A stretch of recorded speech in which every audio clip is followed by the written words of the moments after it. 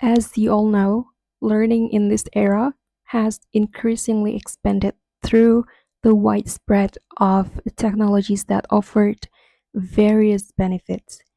Yet, their excessive and uncontrolled consumption, commonly referred to as a brain rot, which describes as a perceived declines in intelligence or critical thinking abilities from prolonged exposure to online content. So, when students become overly dependent on such technologies' access, they may struggle to interact socially or engage actively in the classroom activities as their focus shifts away from the real world experiences, particularly in the school environment.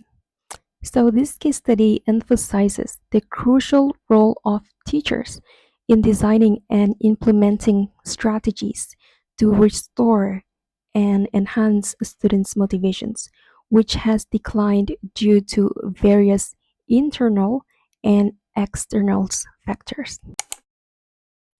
I would like to say that there has been increasing number of disengaged and unmotivated learners, and there are three aspects that we're going to look into it.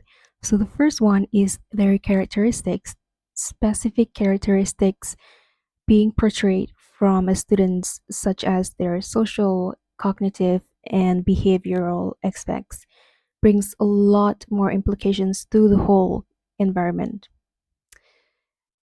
Like behaviors like passive participations, low attention span, and also poor poor communication skills. So if students doesn't portray such a good characteristics or playful engagement in the classroom, it is considered as a huge or vital challenge for the teachers to face in implementing motivational technologies. So, number two aspects that we're going to look into is the impact on. These behaviors have a significant and detrimental impact on students' personal development and the overall classroom environment. To address this issue, a few objectives have been set to see various motivational approaches. Yeah, as I said before this, number three, the aspects is why these students having these unmotivated behaviors, because they are influenced by technologies, the overuse of the technologies, the external responsibilities, external and internal responsibilities, and lack of intrinsic motivation. So, in addressing all of the issues that I have been saying before this, I have set an objectives to or approach to effectively re-engage disengage learners and promote meaningful participation in the learning process. So the purpose of this study includes the number one research objectives is to explore types of students behavioral issues that are related to low motivation that affect their learning performance. Number two, research objectives number two is to investigate strategies teachers use to apply these motivational techniques that will enhance students' engagement in learning, especially those students that are disengaged in classroom activities. And number three, the last research objectives of this case study is to find out challenges that the teachers faced while implementing the strategies that they did before, the strategic motivational techniques to improve students' learning engagement. Teachers carry a really great responsibilities, and in Islam, the reward for those who possess knowledge and practice it is highly valued. So, educators are honored and respected for their knowledge that they hold and share with others. In a hadith, the Prophet Muhammad ﷺ said, "The superiority of the learned person over the devout worshipper is like the superiority of the full moon and all the stars." And this is from the Sunan Abu Dawud and Sunan Al-Tirmidhi. So this superiority, as mentioned by the Prophet Muhammad SAW, is attributed to the role of knowledgeable individuals in conveying knowledge. So in this context, teachers face various challenges within the scopes of their duties, including in managing diverse students' behaviors. In today's classrooms, students display a very wide range of behaviors. You can see that there are some are diligent and others may demonstrate low effort, often to lack of motivation. According to John W. Centroct and Alicia D. Rorick from 2024, from their book, Educational Psychology 8th edition, they said motivation involves the process of energize, direct, and sustained behavior. So students' motivations can be categorized into two types. The first type is intrinsic motivations, and the second type is intrinsic motivations. Intrinsic motivations refers to engaging in an activity to obtain the external outcomes, such as rewards or avoidance of punishments, whereas intrinsic motivations involves internal desire to engage in an activities for its own sake, for their own sake. I find several factors influence students' motivations, including personal diligence as well as external factors such as when they're doing a part-time job, part-time employment, family issues, and mental health challenges.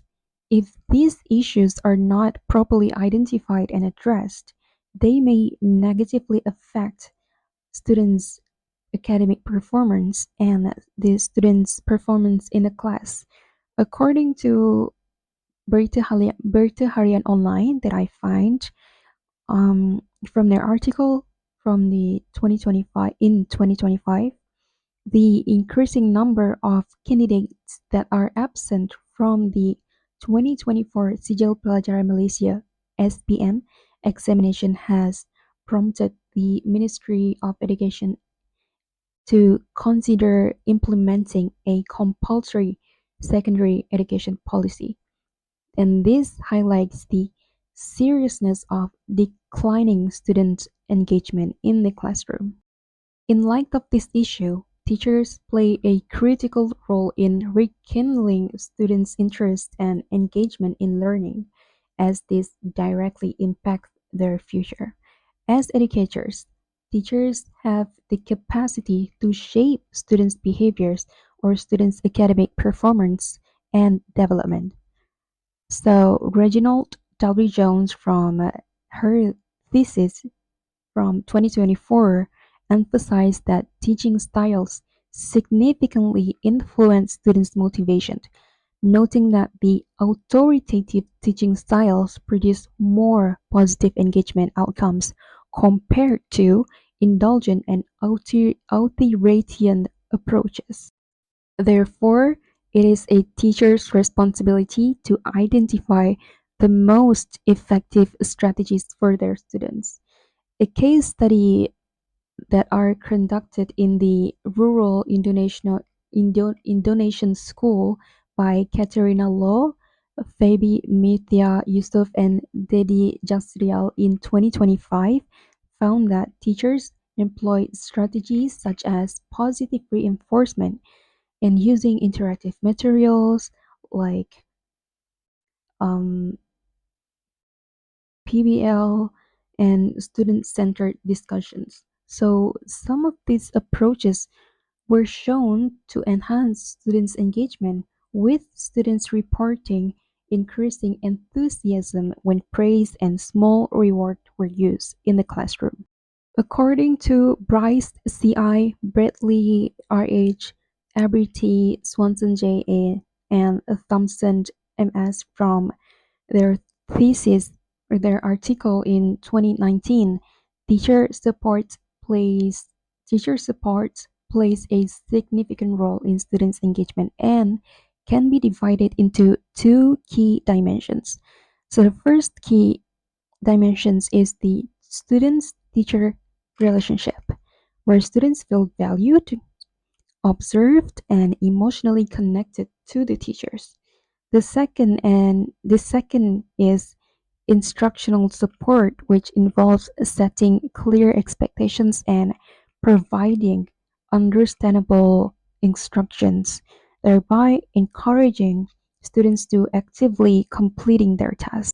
So, to sum up all of the theories or resources that I have mentioned before, students in social, behavioral, and cognitive aspects can be developed when they are meaningfully engaged in the classroom learning with the help of the teachers. The effectiveness of this engagement largely depends on how teachers adapt their learning styles, learning skills to accommodate diverse learners that have many behaviors, particularly disengaged students. Teacher support is strongly emphasized and aligned again by John W. Centrock and Alicia D. Rorick from their book with theoretical perspectives such as Vygotsky's Zone of Proximal Development (ZACPD), which highlights the importance of social interactions and instructional guidance in fostering children's cognitive development. So for this part, methodology, there are three aspects that I can say that I use in my case study, which is the method that I use is qualitative case study approach, and all of the data from students' behaviors, teachers' strategies, and teachers' challenges when they're using these strategies were collected through semi-structured interviews, allowing teachers to share their experience, interpretations, and reflection on students' motivations and learning. Now, for the sampling part, there are two teachers that were selected from the secondary schools in the urban areas in Kuala Lumpur. So, teacher number one, I use pseudonyms for teacher number one for Miss Amna. She is a science teacher um, and a senior assistant, which is Guru Kanan for science and mathematics at SMK Parangtembak, and she approximately have 25 years of teaching experience. While teacher number two, her name is Puan Razima, and she is a science teacher for Form 4 and Form 5, which is SPM students in Sekolah Menengah Kebangsaan Desa Tunusinon, and she has 20 years of teaching experience. So, despite this small sample size, these participants for me represent a heterogeneous sample in terms of professional roles and responsibilities. So this is a semi-structured interview format, and I have employed a few questions which from the three objectives. So this is the questions that I have printed it out and given them for researching for their answers, and the video recorded with participant consent. I also recorded the interview and including both verbal responses and relevant nonverbal interactions. So the recordings were subsequently transcribed verbatim to preserve the authenticity, meaning, and nuances of the participants' response.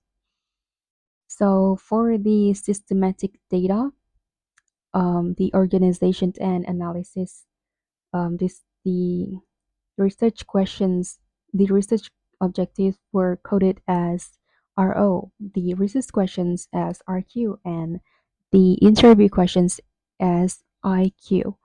So this coding structure facilitated clear alignment between the research objectives, research questions, and interview questions, enabling a more structured and coherent analysis. So all of the transcribed data were then systematically coded and analyzed thematically to identify some factors that need more explanations. And for the next slide is all of the research questions that I have been asking them, which includes 15 questions, 5 questions each for research objectives. So you can look into it.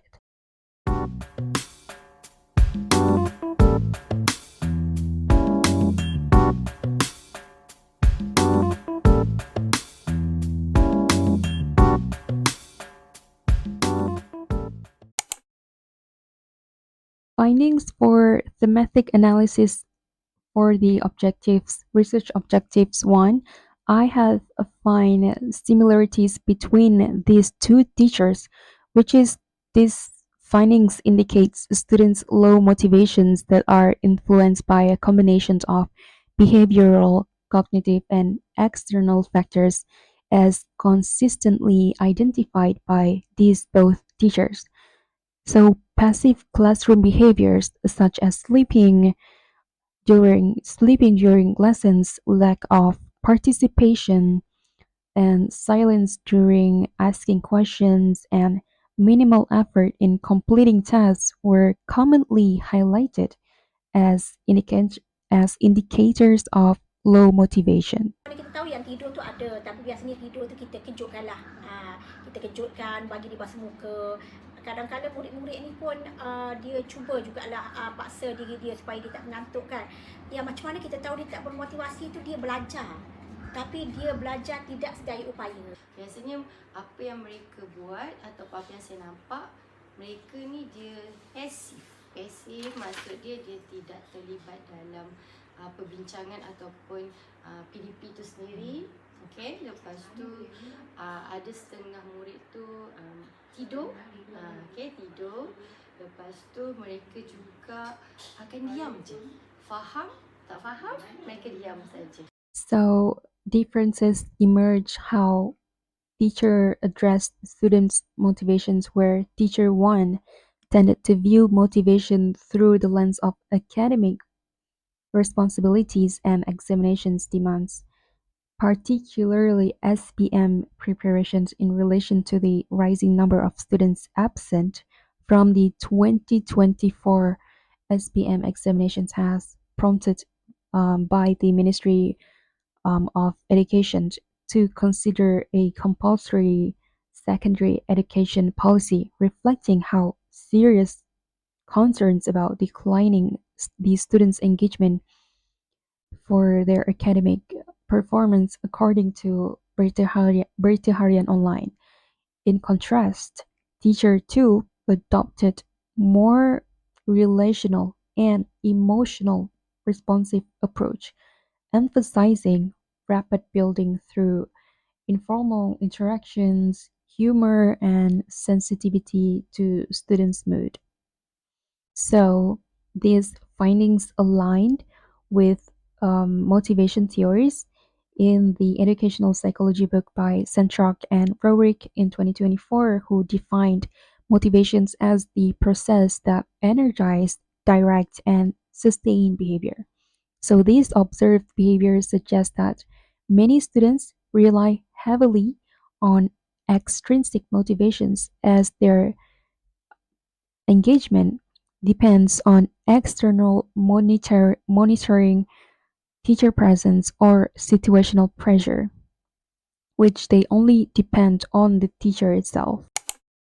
Similarly, both teachers also consistently applied positive reinforcement to motivate students by using verbal praise, encouragement, clapping, or even small rewards such as just as chocolates or inexpensive food like ringgit nasi lemak were used to recognize students' effort and participation.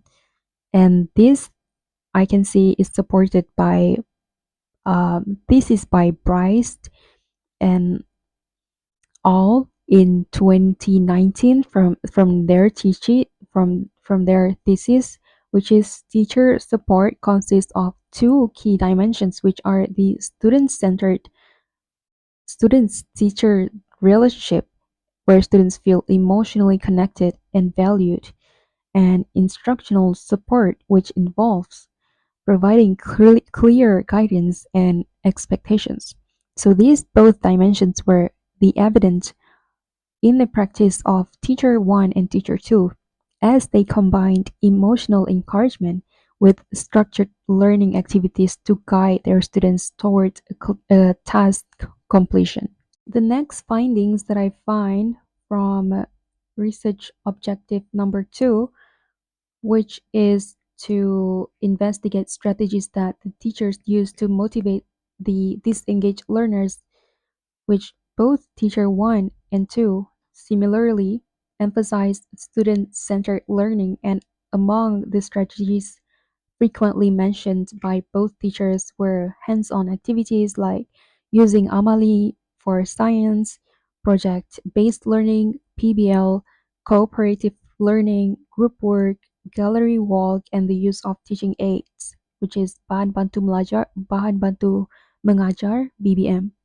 So this effectiveness is further supported by theories that I find and looked on online, which is from Reginald W. Jones from her thesis in 2024, who noted that authoritative learning, authoritative teaching styles lead to more positive students' engagement compared to indulgent and authoritarian styles. And this is similarly a case study conducted that I have mentioned before in Indonesian's rural schools by Katerina Loh, Febi Mutia Yusuf, and Dedi Jasriel from their thesis in 2025 found that student-centered discussions, interactive materials, and positive reinforcement were effective in increasing students' learning motivations. Soalan pun sama juga mainkan peranan. Soalan ni pun walaupun soalan SPM tu agak apa orang kata banyak kebat, tapi kita cuba tarik minat dia dengan kita bagi soalan yang agak mudah-mudah, maksudnya berperingkat. Kita ikut tahap lah. Mula-mula tu kita bagilah tahap rendah dulu, kemudian naik-naikkan sikit. Jadi maksudnya kita tak bolehlah terus bagi soalan kebat. Sebab bila soalan kebat tu benda tu dah susah, jadi dia rasa macam give up, dia terus tak ada motivasi. Panggil pembelajaran terbeza.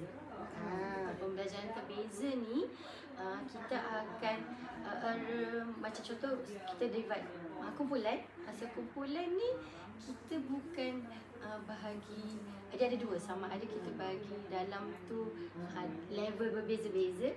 Okey, cemerlang, sederhana dengan lemah, ataupun kita groupingkan dia lemah-lemah, sederhana, cemerlang. So daripada situ sebenarnya boleh bantu juga sebenarnya murid yang kurang bermotivasi. Sebab murid kurang motivasi ni kadang-kadang dia perlukan kawan yang cemerlang dan sederhana untuk bantu dia. Tapi kadang-kadang dia juga perlu duduk untuk bina confidence level dia. Dia kena duduk dalam group dia juga. The key difference emerged in the teacher's instructional adaptation styles, in which Teacher 1 focused more on scaffolding learning gradually, beginning with simple questions before progressing to high order, which is K-BUT questions, to prevent students from feeling overwhelmed by hard questions. In contrast, Teacher 2 placed greater emphasis on differentiated, grouped, and peer leading, using mixed ability and same ability groupings to build students' confidence, social bondings and sense of belonging, because they are in the same phase, they are in the same level, so they feel appreciated and they feel more comfortable to learn with their own friends. So Teacher 2 also demonstrated heightened awareness of the emotional impact of demotivations on teachers, acknowledging feelings of frustration and emotional fatigue when motivational strategies did not produce immediate outcomes in the classroom from their students.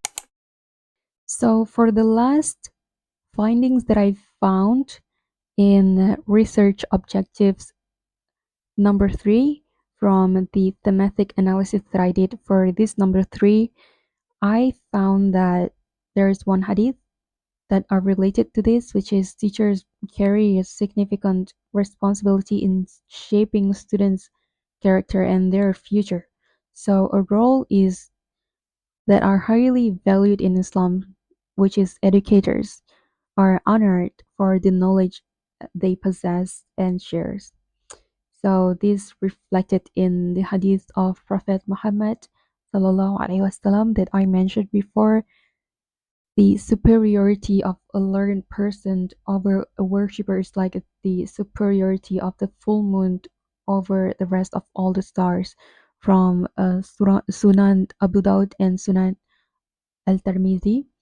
So I can see here that both teacher 1 and teacher 2 acknowledge that students' demotivation is often influenced by external factors such as family problems, part-time work, mental health issues, and limited time due to school commitments. So these are, I can say that from the interview that I did before with them, they said that this is the main challenges that they are facing that were seen as the teacher's soul, beyond the teacher's soul control, thus requiring collective support from the school system.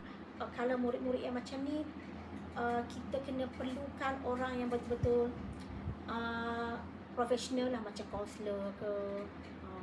Jadi dia akan cari secara tak sengaja je sebenarnya. Mungkin time-time orang kata waktu koko, waktu tengah sukan, tengah duduk-duduk tengah lepak, ataupun dekat kantin, ataupun kita tengah free, anak murid kita tengah yang kurang bermotivasi tu duduk seorang-seorang tengah tunggu parents ke, tengah tunggu nak balik ke, time-time tu kita akan tanya macam itulah. Itu antaranya lah yang pernah saya buat. There are some differences that I found for this thematic analysis 3, which is from the challenge that I faced, is teacher number 1 emphasized more on structured and institutional interventions involving subject teachers, counselors, administrators, and parents, and also highlighted programs such as mentor-mentee sessions, motivation scams, and external speakers as crucial in sustaining students' motivations in the school. While in contrast, teacher 2 focused more on personal and individual coping strategies when dealing with these engaged learners. So teacher 2 highlighted informal one-to-one interactions and emotional support, often outside formal classroom settings, which she mentioned maybe she stumbled across them during recess or when it's the time to go home, like the students are waiting for their parents, and then that's when she do a one-to-one talk sessions with them. So this reflects a more relational and spiritual approach to addressing students' demotivation. And I can say that these findings align with Stentrock and Rorick from their book, who emphasize that students' social, behavioral, and cognitive development improves when they are meaningfully supported through instructional guidance and emotional connection. So this is further supported by Vygotsky's zone of proximal development, ZPD, which stresses the importance of social interactions, guidance, and scaffolding in fostering learners' cognitive growth.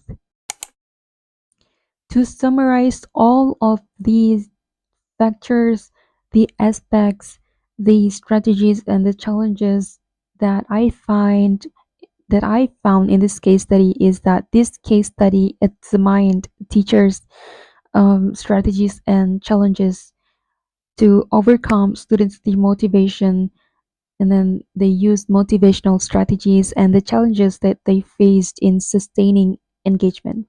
So these findings indicates that low students' motivation is influenced by behavioral, cognitive, emotional, and external factors such as family backgrounds, mental health, and examination pressure, particularly SPM.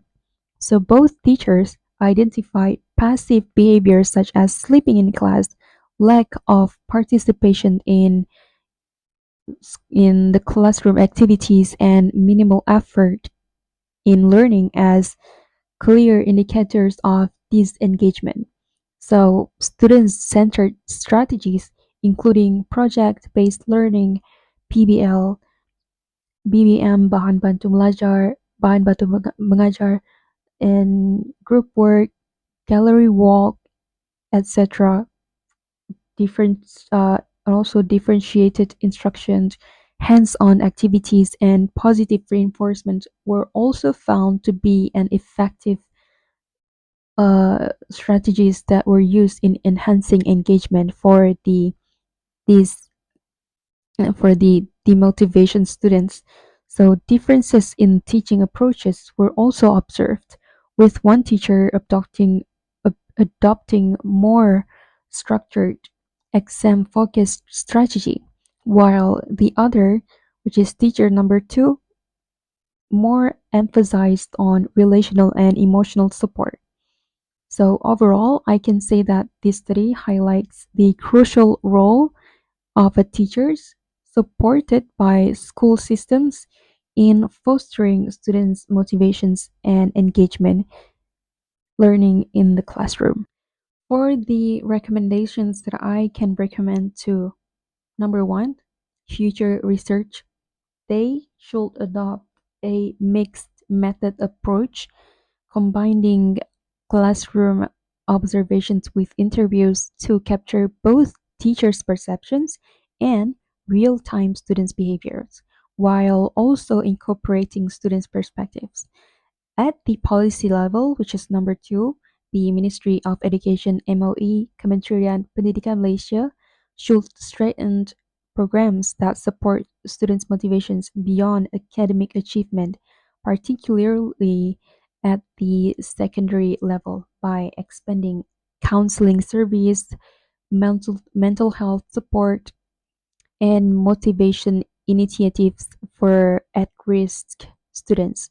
Similarly, state and district education department, which is Jabatan Pendidikan Negeri dan Pendidikan Pejabat Pendidikan Daerah, should provide ongoing support to school through monitoring, targeted interventions, and training programs that focus on engagement and motivation, with additional resources for schools facing in absenteeism for or disengagement.